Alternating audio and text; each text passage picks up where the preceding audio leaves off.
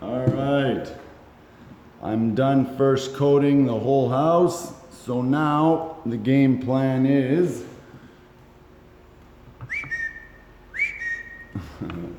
sand it.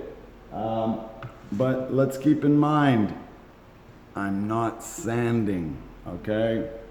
This is what people always make the mistake. I'm not sanding, I'm just touching it with the sander, all right? So I'm gonna go over everything other than the screws. The screws, I put them on and I took them right off. So they're ready for the nail spotter first thing. As soon as I'm done sanding, first thing I do is the nail spotter, so I can run the nail spotter right through all the flats.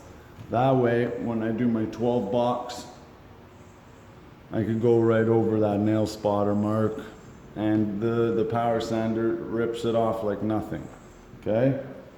Then, if I don't rough sand my angles right now, then if I want to do my flats and my angles today, I need to sand it all today. But I don't think I'm gonna get to the angles today, but I might. So I'm just gonna sand it all so it's all ready, all right? Here's a quick video for you. All right, for rough sanding, I only use these little dinky little things. But when I use the power sander, I put my big respirator, t-shirt, all of that fun stuff. Okay? So, again, I'm just going to start with all my angles. Okay, I'm gonna go all the way back there because that's all you could see. All right?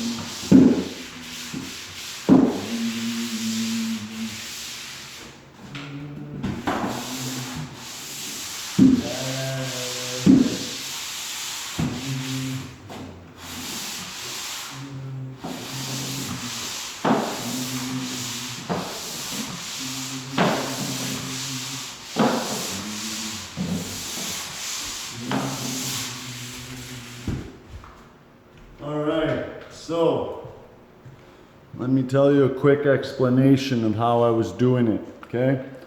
The sander, I always put my sandpaper even on one side and the rest, which is not much, but I let it stick out on one side. That is so I can ride one side of the sander right in the corner, all right? So I always start with the walls, the angles on the walls, or the walls period, because the aluminum or magnesium, whatever it is, it leaves a little black line on the ceiling. It helps you know what you're sanded. But after the wall is done and that line is on the ceiling, then I just rough sand the ceiling angle, and then that line is no longer on the ceiling, it's on the wall. The wall gets color, covers the line, the ceiling is white, has a harder time covering that black line, right? So when I'm sanding the angle, okay, I'm just going in the angle, then back on the outer edge. In the angle, outer edge. In the angle, outer edge. And I keep going that way all the way down the wall, all right? Same thing, ceiling. In the angle, outer edge. In the angle, outer edge. In the angle, outer edge, all right? So once all your angles are done, oh, and another thing, like the flats, the butts, corner beads, those just have to get roughed up. But the one part you really need to watch for is those lap marks, the whip. All right, so where I take the box off the wall, it leaves like a wave. That is the only part that I will sand the shit out of. Like you probably noticed that that little bulkhead back there.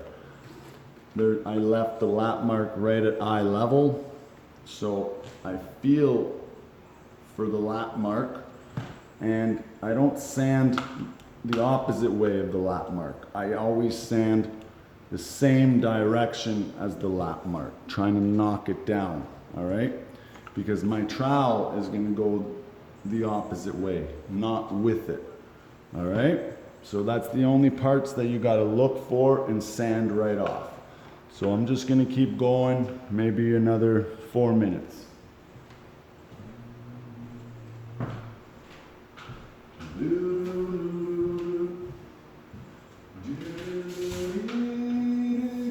Okay, so now we'll do the ceiling.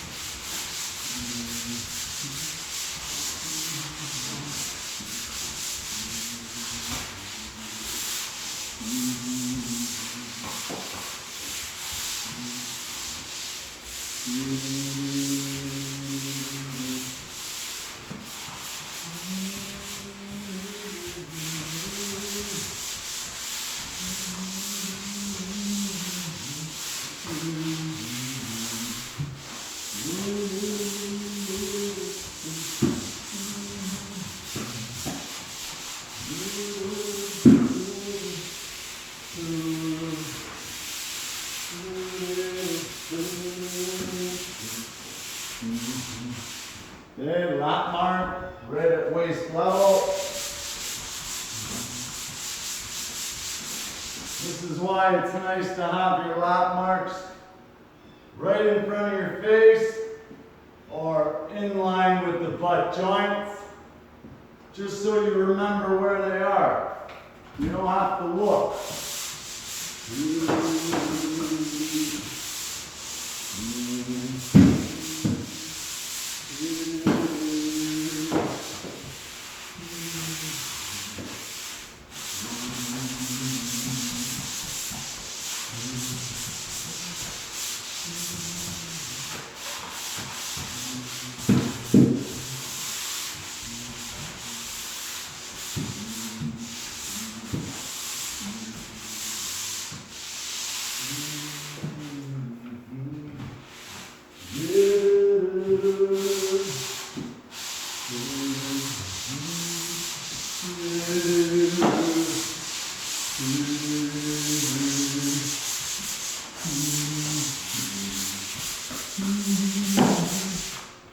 La, la, la, la. All right. And that's it. Just, keep going. All right. And that's a quick look at the rough sanding. And I will record once we do the flats, butt joints. And then when I'm done with the box, corner beads. And depends, maybe angles. All right. Have a good day.